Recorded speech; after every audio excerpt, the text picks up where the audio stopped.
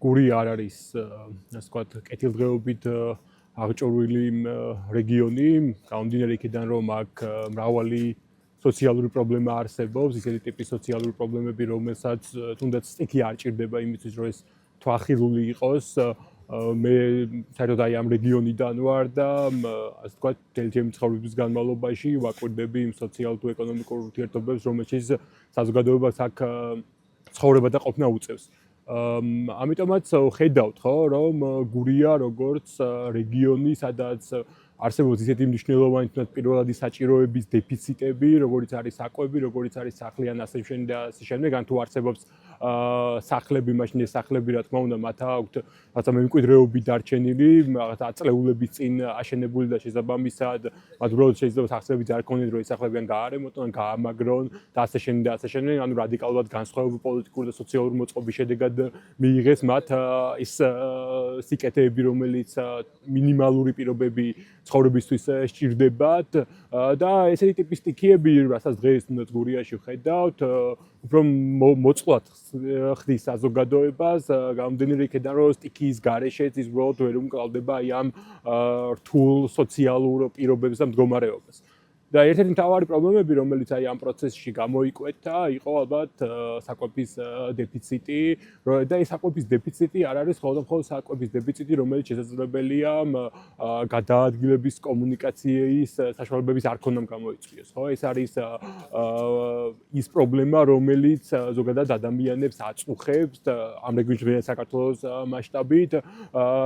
გამომდინარე იქიდან, რომ აი ამ სურსათზე თუნდაც წვდომა მათ საკმაოდ შეზღუდული აქვთ და საკუთარი სახსრები უბრალოდ ამას ვერ უმკლავდება, ხო? ამავდროულად ერთ-ერთი ყველაზე მნიშვნელოვანი პირველადი საჭიროება, რომელიც გურიაში კითხვის ნიშნის ქვეშ დადგა ამ მოვლენებთან შესაბამისად, იყო სახლების საკითხი, გამომდინარე იქიდან, რომ აი ამ დიდ თოვლობამ გამოიწვია, მაგალითად, როგორც ლანჩხუთში, ოზურგეთში და ჩოღატაურში, სხვადასხვა ოჯახების ღია ცის ქვეშ დატოვება და ეს ერთ-ერთი მნიშვნელოვანი ცენტრალური საკითხია, მათ შორის თუ რატო იმყოფება მაისი სტუდენტური მოძრაობა გურიის რეგიონში, იმიტომ რომ ჩვენ ვიბრძვით, ხო, იმ სამართლიანი საბინაო პოლიტიკისთვის, რა საბინაო პოლიტიკას უბრალოდ დღეს ჩვენ ქვეყანაში იმ უთანასწორობის ერთ-ერთი შემადგენელი ნაწილია, რომელიც ადამიანებს არ უზრუნველყოფს საცხოვრებლად, ხო? მათ შორის არიან სტუდენტებიც, მათ შორის არიან დევნილებიც და რა თქმა უნდა, ის ადამიანები, რომლებსაც სჭირდებათ საცხოვრებელი და თავზე ჭერი და შესაბამისად ჩვენ სწორედ აი ამ საველე სამუშაოებში, ფიზიკურ შრომაში, აი ამ მოტივაციითაც ჩავერთეთ, რომ ვფიქრობთ, რომ დღეს რა თქმა უნდა სჭირდება ადამიანებს გადარჩენა და ამავდროულად ეს გადარჩენა ახლა და ამ წამს არ სრულდება, ხო? ის მომავალშიც უნდა გაგრძელდეს და მათ სახლი, საკვები და ესეთი მნიშვნელოვანი პირველადი საჭიროებები თავისი ცხოვრების განმავლობაში უნდა დასჭირდებათ. ანუ მნიშვნელოვანია, ხო, ანუ ვისაუბროთ აი ამ წამს, თუ რა მოხდება შემდგომში,